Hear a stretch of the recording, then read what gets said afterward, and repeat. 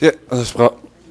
자, 오늘은 이제 건축물 관련해서 규제 몇 가지 체크해드리고요. 건축 허가 등에 대해서 확인을 하겠습니다. 먼저, 자, 국토기획법 얘기를 한번 먼저 하겠습니다. 자, 국토기획법, 토지, 그리고 건축물에 관한 법이 됐고요. 특히 이제 국토기획법은 토지 소유자에게 건물 짓겠다고 했을 때 소위 건폐율, 또 용적률, 용도전 또 높이전 이런 것들을 규제하기 위해서 도시군 관리계획이라는 개념을 만들어냈습니다. 해서 토지 소유자가 건축물의 건축 같은 개발 행위를 하고자 할 때는 도시군 관리계획이 제시하는 건폐율과 용적률 그리고 좀 특이한 규제, 용도 제한 그리고 간접적 높이 제한 이런 것들에 적합했을 때 개발 행위 허가를 받을 수가 있다 이렇게 되어 있습니다. 근데 오늘 논의하겠지만 이 건축물에 건축할 때 국토계획법을 통해서는 개발 행위 허가라고 하는 것을 받아야 되고요.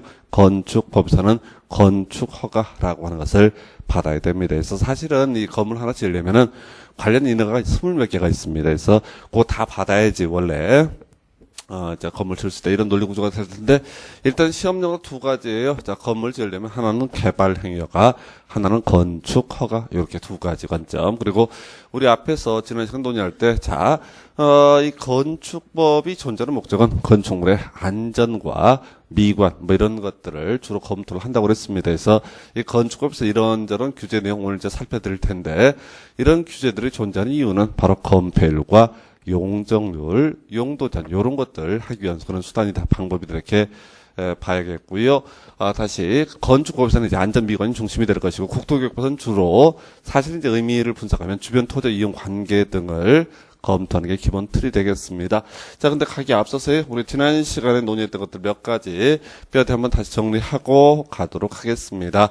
자, 건축법 단순 암기 파트입니다. 암기 파트라서 좀 무식하게 외우셔야 돼. 근데 요걸 이제 개별적으로 다 이해한다라는 것은 거의 불능에 가깝습니다. 그래서 먼저 건축의 입법 목적, 안전 그리고 미관이라고 하는 15-1회 때 한번 구성이 되었습니다. 그래서 건축법 존재하는 이유는 안전, 미관. 그래서 오늘 논의하게 될 각종의 건축 규제들은 왜 이런 것을 규제하느냐, 바로 안전 그리고 미관 때문에 그런 것이다 이렇게 보셔야 될 것이고, 그 다음에 이제 전면적 적용 대상 지역에서 자, 좀 어려웠었죠. 도시지역, 그 다음에 지구단위 계획구역, 동읍지역 이런 경우 이게 어떤 지역이냐 했을 때 사람들이 좀 많은 지역 이렇게 뉘앙스를 판단을 해달라고 그랬습니다.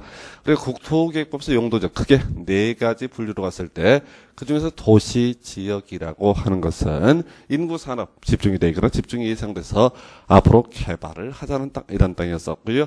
그 다음에 지구단위 계획구역 많이 공부하지는 않았는데 기존의 용도 지역에 따른 규제 변화를 주면서요 뭔가 개발 또 정비 이런 것들을 하기 위해서 정하는 게 지구단위 계획구역. 기타 동읍지역이라고 해서 행정구역상 동이나 읍이 되게 되면은 이때 어떻다고요? 전반적으로 사람들이 많이 모여 사는 동네. 그래서 이런 동네에서는 건축물의 안전미관 철저히 신경을 써야 됩니다. 그래서 도시지역, 지구단위 계획구요, 동읍지역 이렇게 세 중에 어느 하나에 해당되면 이때는 건축법이 100% 다 적용이 됩니다. 그런데 도시지역도 아니고 지구단위 계획구역도 아니고 동읍지역도 아니다라고 하게 되면 우리가 해석상 시골마을 이렇게 해달라고 해서 시골마을에서는 일부 조항의 적용을 배제할 수 있다. 근데 주의하셔야 할 게 요 6개를 뭐 외우겠다라고 하는 것은 거의 의미를 가질 수가 없습니다. 이런 것들을 외우기 시작하면 끝이 없으니까요.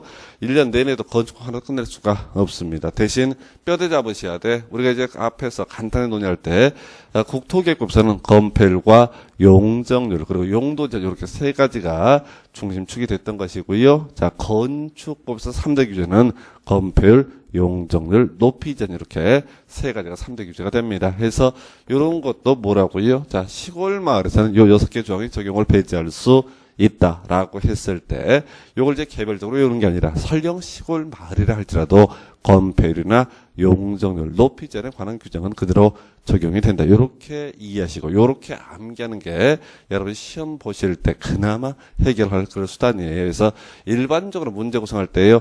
이걸 가지고 다음 중 6개 있는 것은 아니라 이런 식의 문제 구성 거의 될 확률 낮고요. 지문 하나 딸랑 뽑아내거든요. 했을 때 6개 다 외우기 어려우니까 무조건 3대 규제, 건폐율, 용적률, 높이전, 도은 어디에서? 그 시골에서도 그대로 적용이 되게 된다라는 뉘앙스.